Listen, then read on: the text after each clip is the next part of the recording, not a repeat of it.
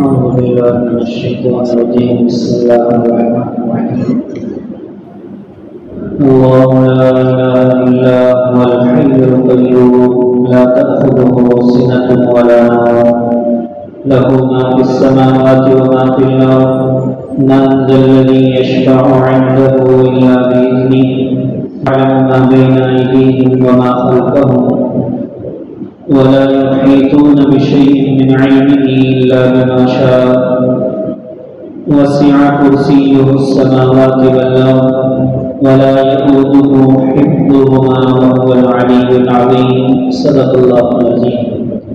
آیت الکرسی کی عظمت و فضیلت کل میں عرض کی تھی.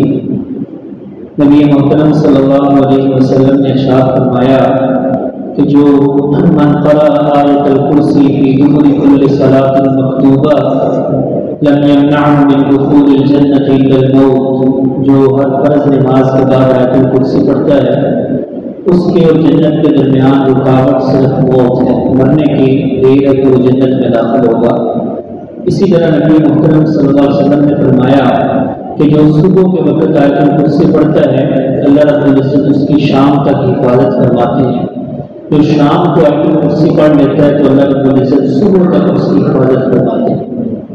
حضرت عبداللہ بن مسعود رضی اللہ تعالیٰ اپنے شاگردوں کو پڑھا رہے تھے تو انہوں نے فرمایا کہ ہمارے ایک ساتھی نے ایک صحابی ہیں وہ نکلے مدینہ سے باہر تو ان کی ایک جن سے ملاقات ہوئی. اس جن نے اس صحابی کو پکڑا اور جن نے کہا کہ تم میرے ساتھ کشتی لڑو. اگر تم مجھ پر غالب آ گئے کشتی میں تم نے مجھے نیچے گرا دیا تو میں تمہیں ایک پتے کی بات بتاؤں گا دین اور دنیا کے لحاظ سے تمہارے لیے فائدہ مند بات ہوگی. تو صحابہ کرام کا یہ شوق اور جذبہ ہوتا تھا کہ ہمیں کوئی اچھی بات ملے. تو اس صحابی نے اس جن سے پشتی کی اور اس جن کو نیچے گرا دیا.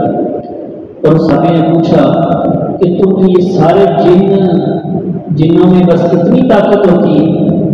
اس جن نے کہا سارے جنوں میں میں سب سے زیادہ طاقت والا. تو شاگردوں نے تجسس کیا پوچھا کہ حضرت وہ کون تھے صحابی جنہوں نے جن کو کشتی میں نیچے گرا دیا تھا؟ تو حضرت عبداللہ بن مسعود رضی اللہ تعالیٰ نے فرمایا کہ وہ حضرت عمر فاروق کے علاوہ اور کون ہو سکتا ہے؟ فاروق اعظم رضی اللہ تعالیٰ کے علاوہ کون ہو سکتا ہے جن کے بارے میں نبی محترم صلی اللہ علیہ وسلم نے فرمایا ان الشیطان لا یخاف منک یا عمر. عمر تم سے شیطان بھی ڈرتا ہے. شیطان وہ رستہ چھوڑ دیتا ہے جس رستے پر حضرت عمر رضی اللہ تعالیٰ نے گزرتے ہیں. تو حضرت عمر نے اس کو نیچے گرا دیا. تو پھر اس جن نے کہا جو پتے کی بات بتائی کہ جو آیت الکرسی گھر میں داخل ہوتے وقت پڑھ لیتا ہے اللہ رب العزت جو گھر میں داخل ہوتے وقت آیت الکرسی پڑھ لیتا ہے شیطان اس گھر سے اس طرح بھاگ جاتا ہے جس طرح گدھے کو مارا جائے تو وہ بدک کر بھاگ جاتا ہے. تو گھر میں داخل ہوتے وقت نماز کے بعد صبح شام اسی طرح نبی اسلام کی عادت مبارکہ کی رات کو سوتے وقت جو آیت الکرسی پڑھ لیتا ہے تو اللہ رب العزت ایک فرشتہ مقرر کر دیتے ہیں جو اس کی حفاظت فرماتا ہے. آیت الکرسی میں اللہ رب العزت نے فرمایا اللہ لا الہ الا ہو. اللہ نہیں کوئی الہ نہیں کوئی معبود برحق الا ہو مگر وہی اللہ. یہ شروع میں اللہ نے ایک دعویٰ فرمایا ہے دعویٰ توحید کہ عبادت کے لائق صرف اور صرف اللہ کی ذات ہے. معبود برحق وہ صرف اور صرف اللہ کی ذات ہے. آگے پوری آیت الکرسی میں اس پر اللہ نے دلائل اور دلیلیں بیان فرمائی. حالانکہ اللہ رب العزت کو دلیل دینے کی ضرورت نہیں. اللہ تو جو بھی فرما دیں ہمارے لیے وہ سلام ہوگا. لیکن ہمیں سمجھانے کے لیے اللہ رب العزت نے اس آیت الکرسی میں 7 عقلی دلائل بیان فرمائے 7 دلیلیں بیان فرمائی کہ عقل بھی کہتی ہے کہ باقی عبادت کے لائق صرف اور صرف اللہ کی ذات ہے. یہ جو شروع میں دعویٰ ہے اللہ لا الہ الا ہو یہ وہی کلمہ توحید اور کلمہ طیبہ جس کو پہلا کلمہ کہا جاتا ہے لا الہ الا اللہ، یہ اسی کا مفہوم ادا کر رہا ہے۔ یہ وہی دعویٰ ہے کہ لا الہ الا اللہ، اللہ کے سوا کوئی معبود نہیں، اللہ کے سوا کوئی عبادت کے لائق نہیں۔ اور یہ دعویٰ دعویٰ توحید، یہی دعویٰ سارے نبیوں کا دعویٰ ہے، سارے نبیوں کی یہی تعلیم ہے، سارے نبیوں کا یہی دعویٰ ہے۔ اللہ رب العزت نے فرمایا وما ارسلنا من قبلک من رسول الا نوحی الیہ انہ لا الہ الا انا، ہم نے سارے نبیوں کی طرف آپ سے پہلے بھی سارے نبیوں کی طرف ہم نے یہی وحی کی کہ لوگوں کو جا کر دعوت دو لا الہ الا انا، یعنی اللہ فرماتے ہیں میں نے یہ اعلان کیا کہ میرے سوا کوئی عبادت کی لائق نہیں۔ اور نبی محترم صلی اللہ علیہ وسلم نے فرمایا افضل الذکر لا الہ الا اللہ، یہ لا الہ الا اللہ معنی اور مفہوم کے لحاظ سے بھی اور ذکر کے لحاظ سے اور وظیفے کے لحاظ سے بھی یہ سب سے بڑا وظیفہ ہے۔ نبی پاک صلی اللہ علیہ وسلم نے فرمایا سب سے افضل ذکر وہ لا الہ الا اللہ۔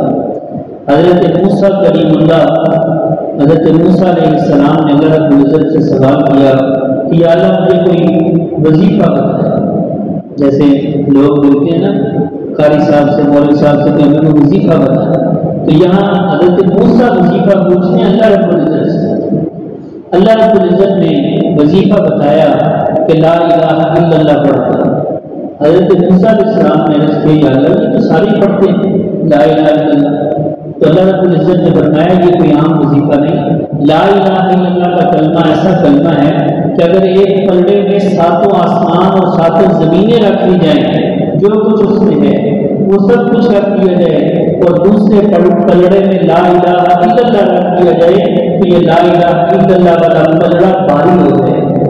اور نبی علیہ السلام نے بھی اسی طرح ارشاد فرمایا کہ یہ کوئی عام جملہ نہیں ہے، حتیٰ کہ شیطان کہتا ہے اہلکت الناس بالذنوب واہلکونی بلا الہ الا اللہ والاستغفار، ابلیس نے کہا کہ میں نے لوگوں کو ہلاک اور تباہ و برباد کر دیا ہے گناہوں کی وجہ سے، گناہوں میں گرفتار کر کے مبتلا کر کے میں نے لوگوں کو تباہ کر دیا، اور لوگوں نے مجھے تباہ کر دیا ہے بلا الہ الا اللہ والاستغفار، لا الہ الا اللہ کے ذریعے اور استغفر اللہ کے ذریعے، توبہ و استغفار کرنے سے اور لا الہ الا اللہ پڑھنے سے اور اس کے مفہوم پر عمل کرنے سے شیطان تباہ و برباد ہو جاتا ہے۔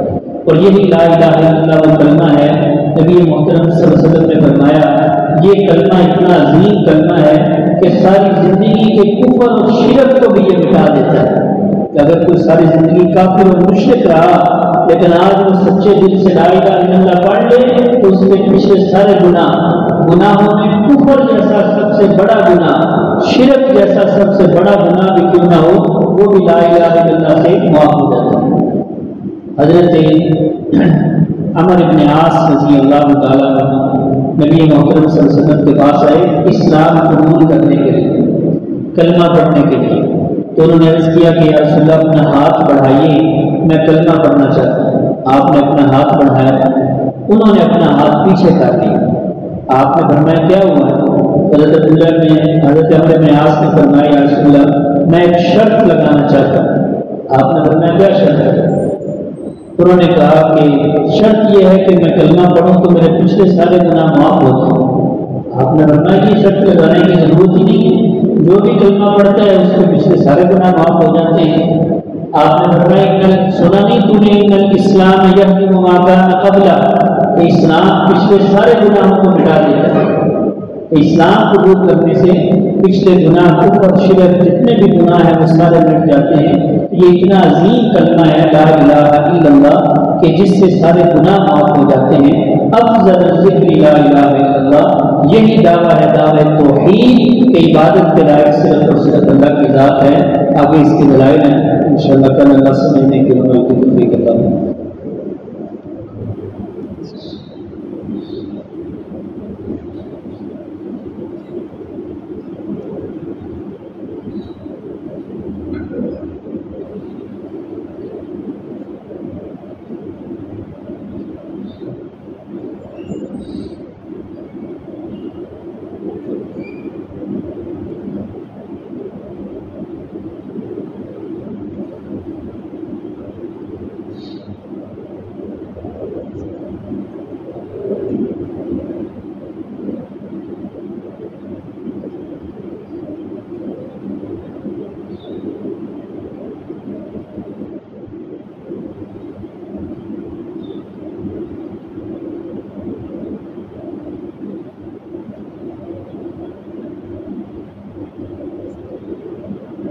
سبحان